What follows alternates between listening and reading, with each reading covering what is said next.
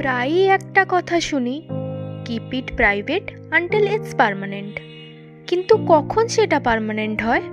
5 বছর পর, 10 বছর পর, নাকি বিয়ের পর, বা একটা নতুন জীবনের শুরুতে, নাকি বাচ্চা নেওয়ার পর, সংসার জীবনের 50 বছরের পূর্তির পর? Then what about cheating, divorce, extramarital affair? How do you know this is a perfect ending relationship? In which phase of life? কেউ কি সত্যিই বলতে পারে কখন একটা সম্পর্ক পারফেক্ট এন্ডিং পায়? কারণ মানুষ বদলে যায়, সময় বদলে যায়, আর আমরা কখনোই জানি না শেষটা কেমন হবে। হয়তো জানা যায় শুধু তখনই যখন সব শেষ হয়ে যায়। তাই অপেক্ষা করো না, নিজের হ্যাপিনেসটা আটকে রেখো না। যার সাথে আছো তার সাথে প্রতিটা মুহূর্ত বাঁচো, প্রাইভেট হোক বা পাবলিক।